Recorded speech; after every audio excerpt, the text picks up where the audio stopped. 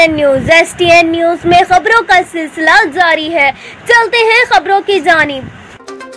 PTI senior रहनुमा की मोहतरमा रुकैया रमजान एडवोकेट टाइप सदर डिस्ट्रिक्ट पार्ट डेरा गाजी खान ने कोट चट्टा बिस्मिल्लाह टाउन में PTI रहनुमा मेहरजाद अहमद चीना और पार्टी कारकुनान के साथ ग्रीन एंड ग्रीन महम के तख्त पौधा लगाया और दरबार हजरत नबी शाह साहिब रहमतुल्लाह अलैहि सलाम पर हाजिरी और चादर पोषकर फातिहा ख्वानी की, जिसमें सज्जादा नशीन दरबार सईद समर अब्बास रिजवी सैयद बाकर शाह अब्दुल रज़ाक राजा, राना गुलाम हैदर एडवोकेट कमर जमान अंसारी, राना एहसन शरीफ और राना नसरुल्लाह समेत दीगर कई अफराद शरीक थे। और इनके अलावा मैडम रुकैया रमजान के साथ आने वालों में PTI वुमेन विंग की सीनियर अहदेदारान, जिनमें मोहतरमा नसीम अनवर, मोहतरमा शाजिया वसीम, मोहतरमा आयशा नदी, मोहतरमा किश्वर नाहिद, मोहतरमा सदीका काजमी के साथ रिपोर्ट करें अली हसन STN न्यूज़ डेरा गाजी खान।